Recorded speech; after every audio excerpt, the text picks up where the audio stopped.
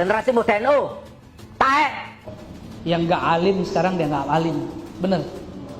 Udah capek-capek orang NU buat LP Ma'arif, tiba-tiba ada orang dikasih gelar kiai tanpa pernah nyantri. Gimana coba?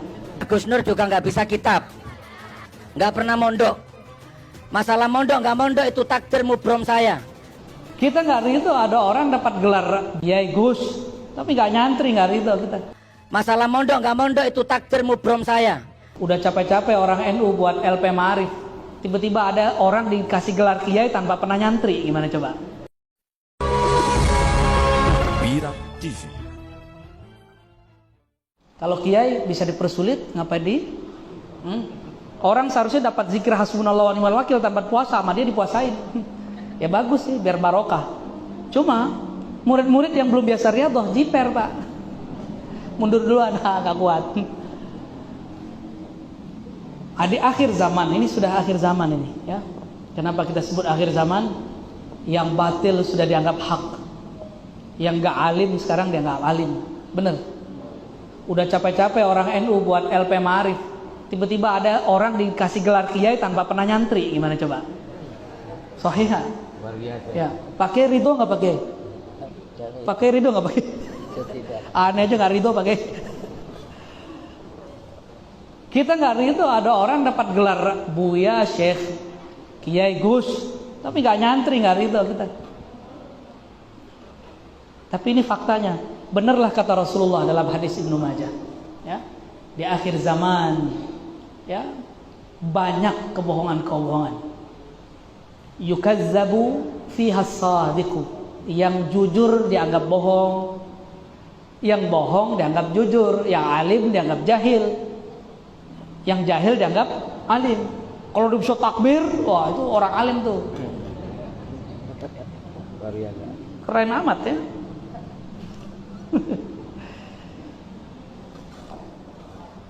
Jadi kembali kepada ayat tadi, al-ulama. Ulama ini orang-orang yang alim billah. Al-ulama inilah karena dia alim billah. Dengan apa kita alim? Bukan dengan otak. Maka coba lihat orang-orang kampus, ujung-ujungnya dia ngaji ke kiai. Karena di kampus tidak diajarkan kenal Allah. Di kampus hanya diajarkan teori tentang Allah. Saya waktu S1 dulu konsentrasinya tasawuf, akidah, filsafat. Di luar Darussunnah yang disebut pakai tadi, itu hadis 4 konsentrasinya. Dulu belajar tasawuf, tapi tasawuf teori. Pas udah tamat S2, bengong, gimana rasa bertuhan? Pulang lagi ke kampung, belajar kepada guru saya nggak kuliah Pak. Tapi kalau beliau mengajarkan zikir, kolbu kita bergetar. Di kampus kitab berjilid-jilid, nggak satu pun bikin getar, malah bikin sombong. Gua khatam di kitab, nah gitu dulu. Jadi al-ulama inilah fungsi alif lam di situ. Makanya nama Allah itu pakai alif lam ya. Allah Ar-Rahman Ar-Rahim. Ngantuk kan? Yang ngantuk kayaknya punya rajah di badannya. Nggak kuat. Iya, panas dingin gitu ya. Betul.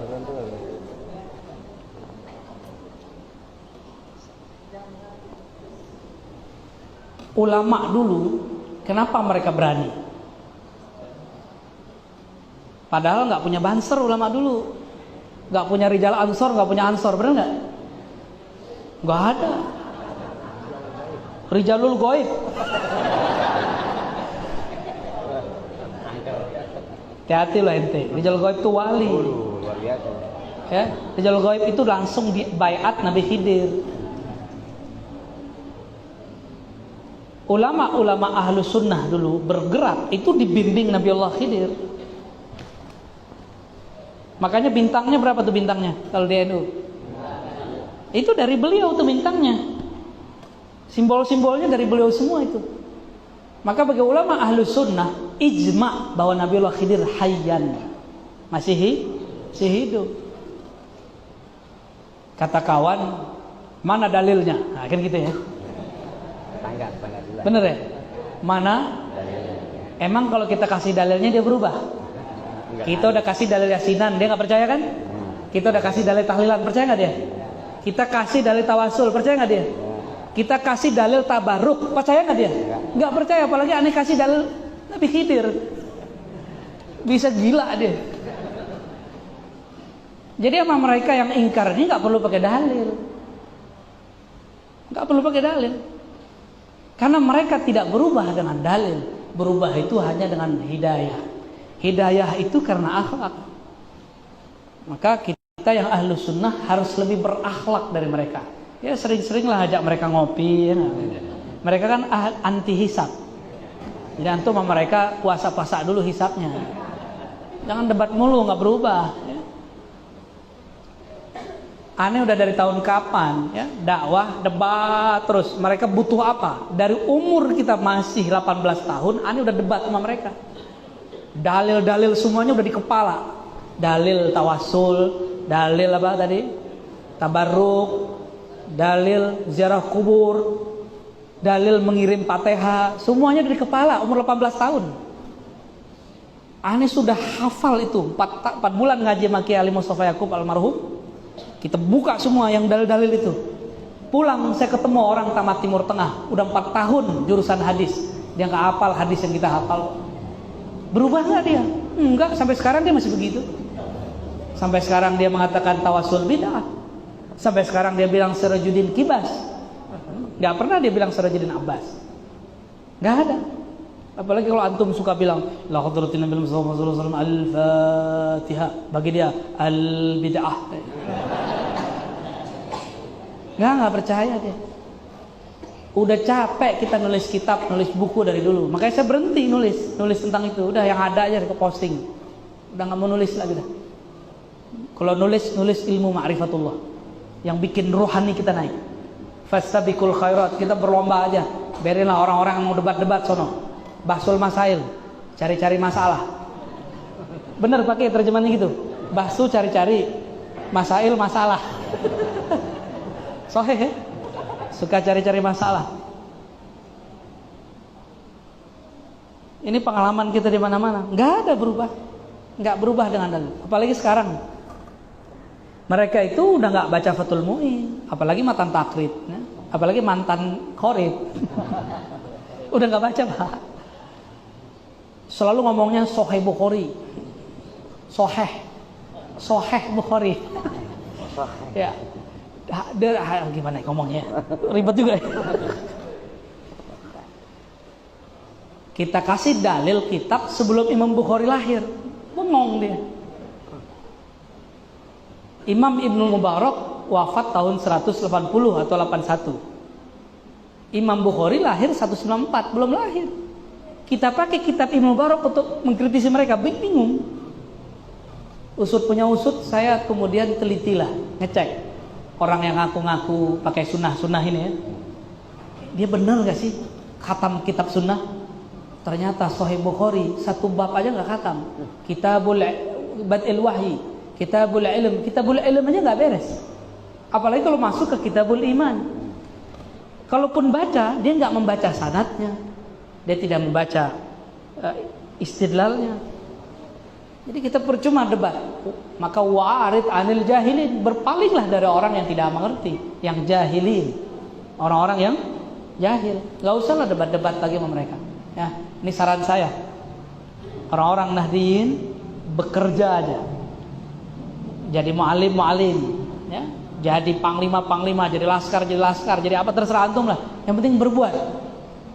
Kalau kita nggak bisa ya kita jadi jamaahnya ya. Paling enak jadi jamaah, nggak repot. Jam berapa nih? 11:30. Satu kali ada orang dokter, dia seorang dokter. Dokternya gak tanggung-tanggung di Timur Tengah, di Al-Azhar.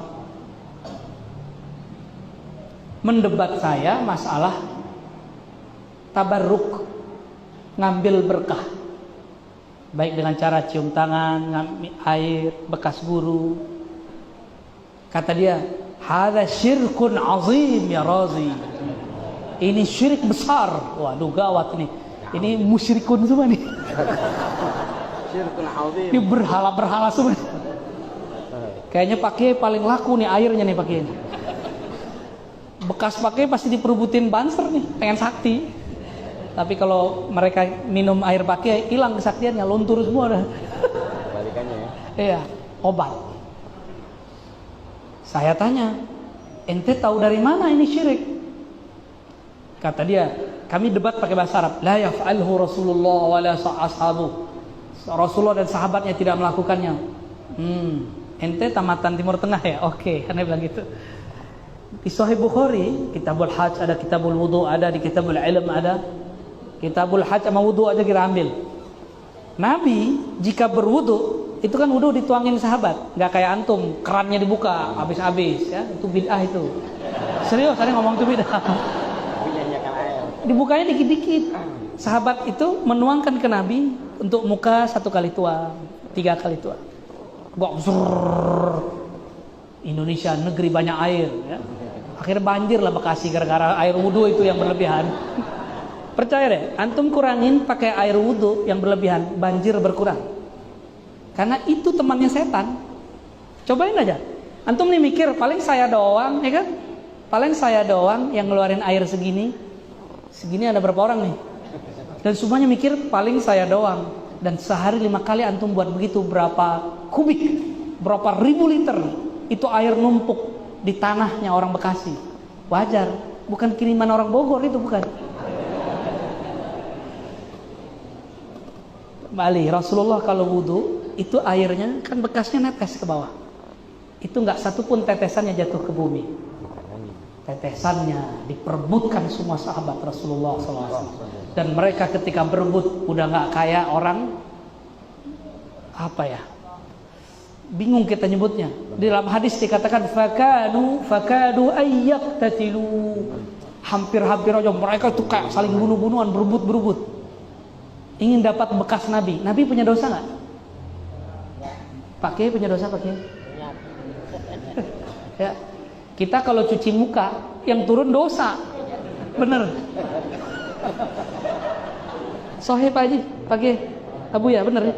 Soh kata beliau tuh. Udah ditase, antum nggak sepakat sama aneh. Berhadapan sama ketua Rois Surya. Kita kalau nyuci muka yang turun dosa. Kalau Rasulullah jika mencuci mukanya yang turun apa? Nurun ala nur. Diambil oleh sahabat Rasulullah. 1 dapat. Yang nggak dapat ambil pipi temannya. Jadi mereka kan dapat giniin ke mukanya. Yang nggak dapat muka temannya diginiin. Semuanya gitu. Semuanya. Dulu nggak ada corona. Ya Rabb. Semuanya pengen dapat keberkahan. Syirik gak tuh? Ternyata mereka salah paham tentang tabarruk karena nggak kenal Allah. Dengan haqqal ma'rifah, kenal cuma nama, kenal cuma dalil, belum kenal dengan sang madlulnya. Yang didalilkan siapa? Saya kalau bilang nih, air ini berkah, syirik gak? Bagi mereka syirik. Berkah cuma dari Allah. Lah itu namanya ontologis, bahwa segala keberkahan bersumber dari Allah, diturunkan di mana-mana.